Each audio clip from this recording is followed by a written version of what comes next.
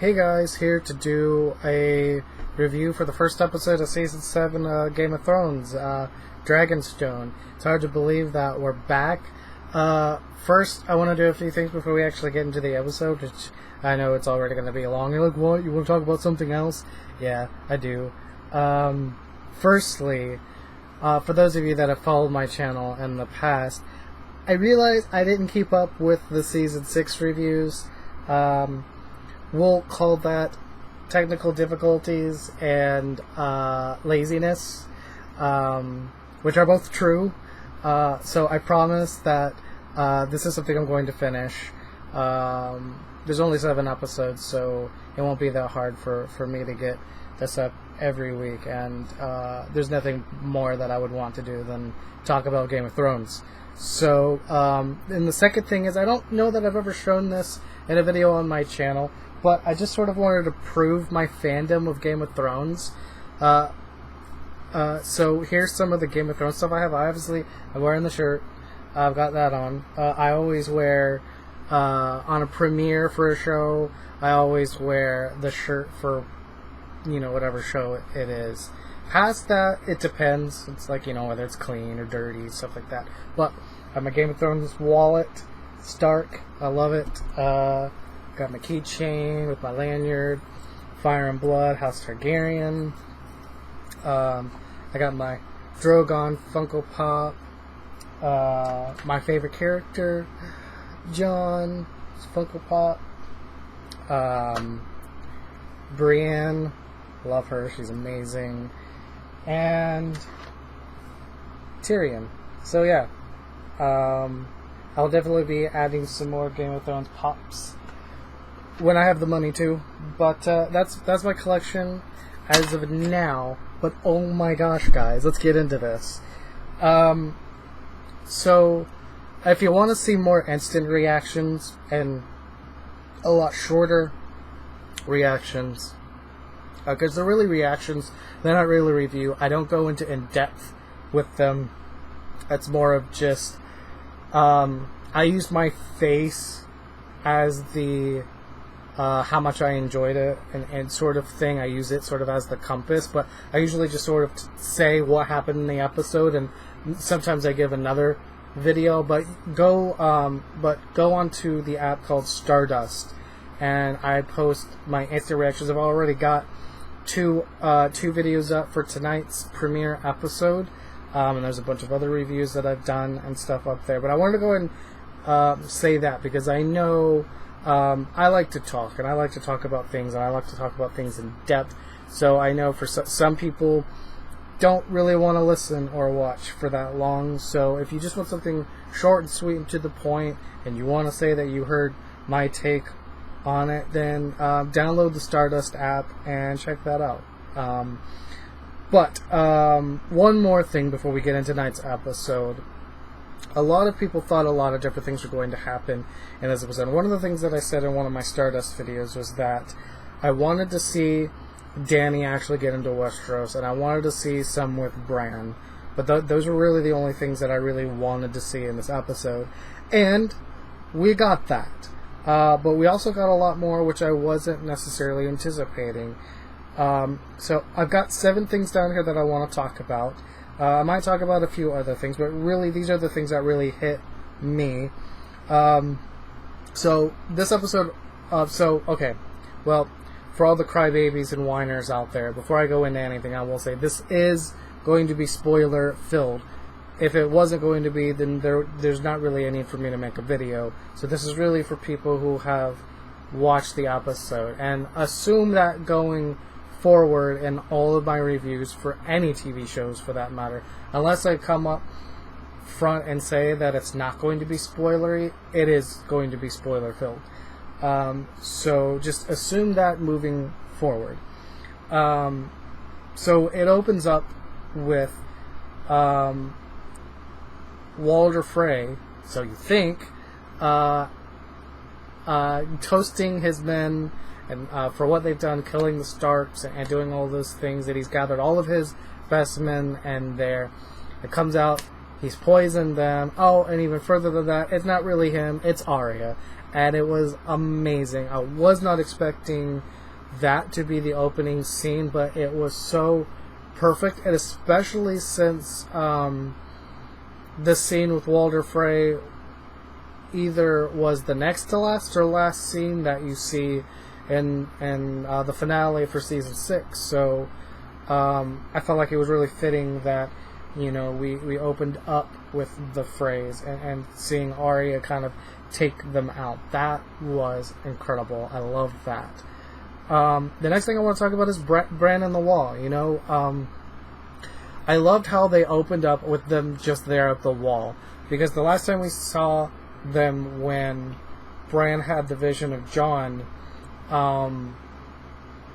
it was sort of ambiguous about how close to the wall they were. And I mean, I believe that they were at the same tree, maybe, where Jon and Sam took their oaths at the beginning of the whole series, but I don't know for that for sure. But I'm pretty sure that's where they were at. But even then, it's still sort of ambiguous about how far they are from the wall. So I really like that they didn't really show them walking at all. That they just showed them there at the wall, and it was a really great scene. It was, you know, Ed opens the gate, wants to know who they are. You know, Mira tells him, you know, that who she is, and that this is Bran of House Stark. You know, I think she said he's the brother of Jon. And Ed doesn't really believe them at first, but then Bran gives this really intelligently spoken speech, or whatever you want to call it, and you know, he lets them in. But see, this is what is sort of confusing me is,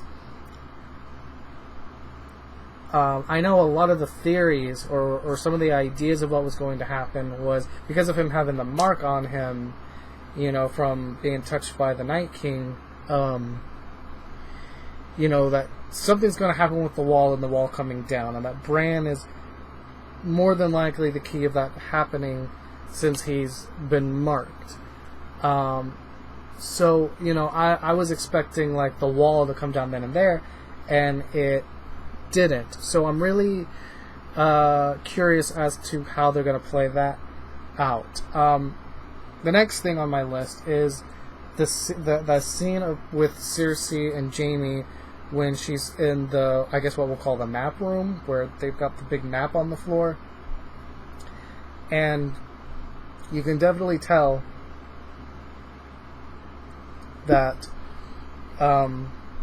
there's a little bit of tension there. Not a whole lot, but enough to say that maybe if we're going to use the what's it called, the saying on the same page, we'll say I think they're on the same page. I don't think they're on the same paragraph. You know, usually through most of the show, Cersei and Jaime have really been like right there, but on this, I think they're sort of starting to kind of go their separate ways a little bit, it seems, you know, because Jaime's like, you know, come on, man, like, you know, what are you doing? It's like, who are we going to stand by with, you know? I mean, we don't have any allies left anymore. Like, you know, it's like, you know, we can't win this thing just on our own.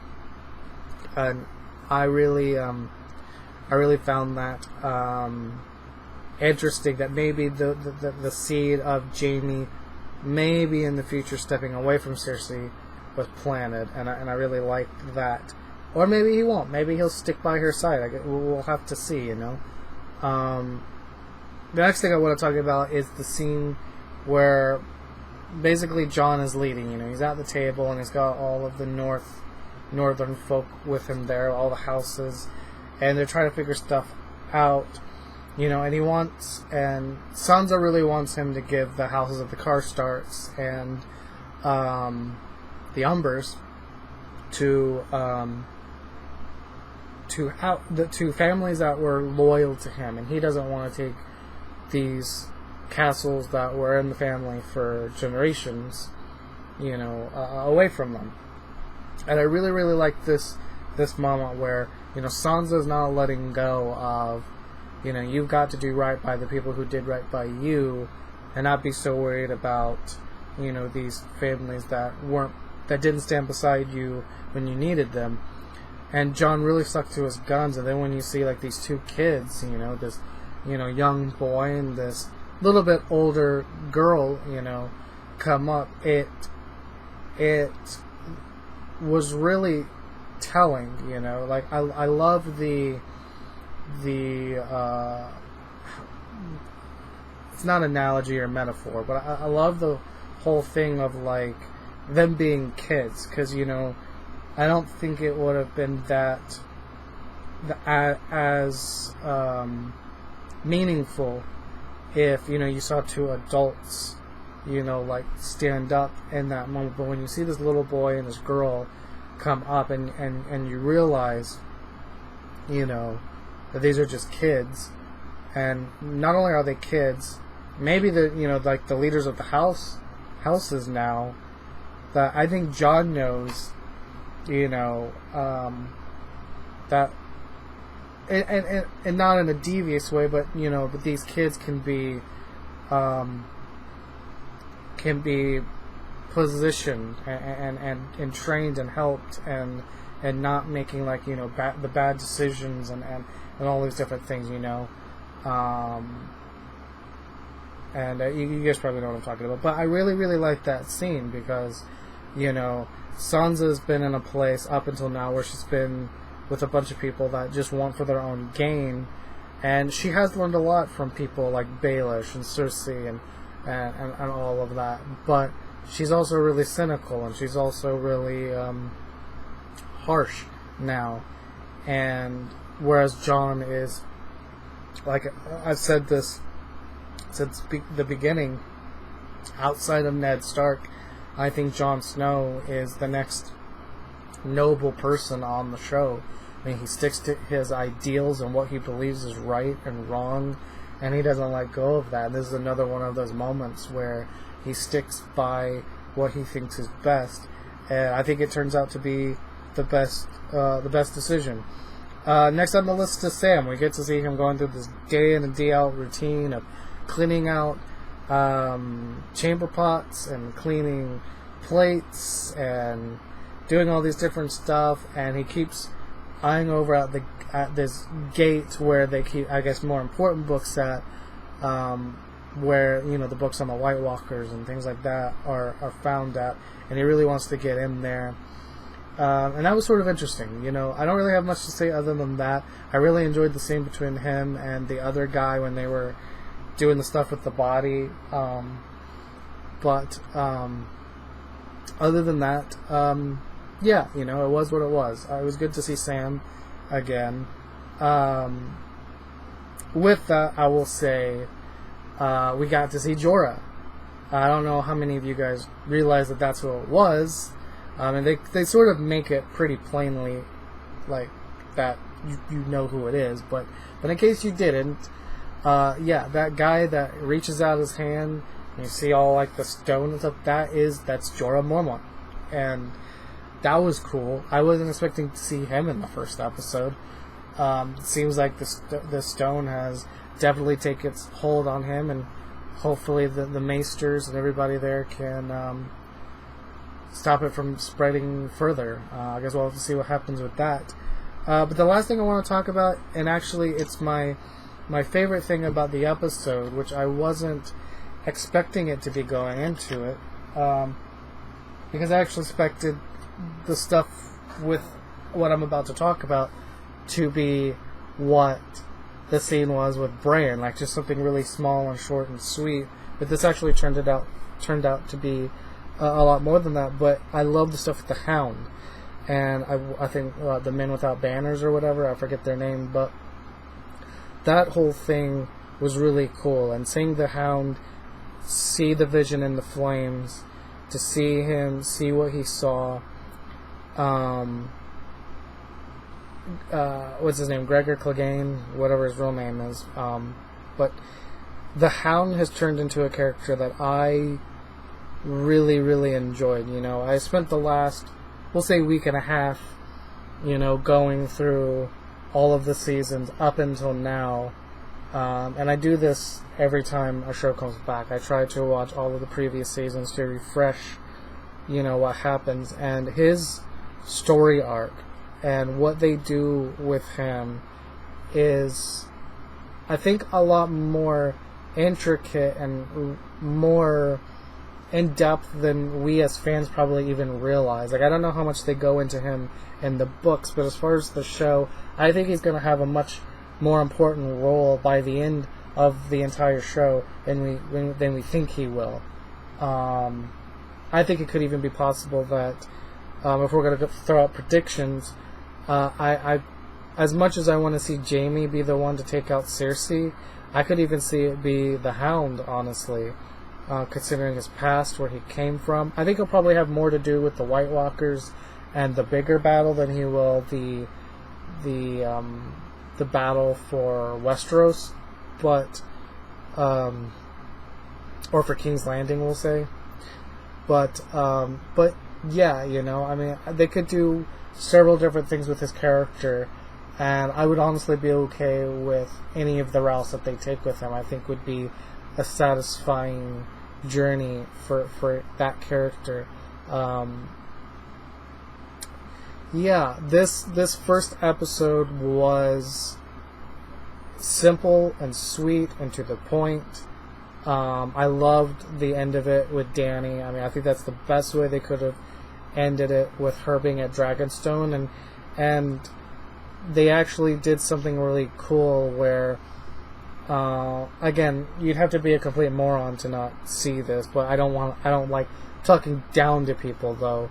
But if you didn't notice, that's where Stannis has been for the past 5 seasons, or 4 seasons, before going to Castle Black. That's where he was stationed at. So that map room, and that was really clever that they did that, because they never, at least not in my recollection, do they ever really show much of Dragonstone while he was there. They never showed the throne room. That was the first time, we got to see the throne and everything. We got to see a few other areas of the castle and whatnot, like where Shireen stayed at and things like that. But the map room was really the main place we saw. So I don't know whether they always planned that from the beginning, or to a point, or not. But either way, whether they had it planned out or not, I really like the way that ended up working out. To see it all sort of like tied together. That, okay, so this is Dragonstone. This is where the Targaryens were at, and this is where, and it makes sense that Stannis would have been in that place prior. I really enjoyed this episode. If I got to give it a rating, I give it a 9 out of 10. Not because it's a imperfect episode, but because I actually gave it a 5 out of 5 on Stardust. But the reason I'm gonna take off one little bit is I wanted to see a little bit more with Bran and a little bit more with Dany. I would have liked to actually seen them get into talking about what they're going to do and sort of end on this really epic decision or something like that, which they kind of did. They went for it. They did. And it's not that I didn't like the way they ended it. I just felt like I would have liked a little bit more oomph, It wasn't that they didn't punch. It was just, I would have liked a little bit more oomph, And the other thing is, like I said, I wanted a little bit more with Bran, I would have liked to see him actually get in, maybe talk with Ed a little bit more, something like that. Find out, him finding out where Jon is, that he's back at Winterfell. But other than that, other than those 2 minor complaints, this was definitely one of the better episodes of Game of Thrones. It was tight and to the point, and I really enjoyed that. And I think either next week we're going to really get into the meat of things, or the week after that, because there's only 7 episodes. So this to me was like the prologue of a book. This is the setup. You might have one more setup episode, or half of next episode, But then after that, I think it's pretty much going to be non-stop action and craziness until the very end. Yeah, I don't really want to talk about Euron that much. I didn't bring him up for a reason. Not that I'm bored with that storyline. It's just not one of the more important ones to me. But feel free to talk about them in the comments if there are, you know, a lot of people that want to talk about that. So yeah, this, like I said, this was a solid episode, and I think I'm going to end it there. I look forward to next week for sure. Don't really know what to expect. Those scenes, those flash scenes for next week were so quick that I don't even remember really what they showed, except for Dany and them talking around the map. So yeah, we're just going to end up there. We'll see you guys in the next video. If there's any other Game of Thrones type videos you want me to make, please say so down below. And I'll see you guys next time. Peace out.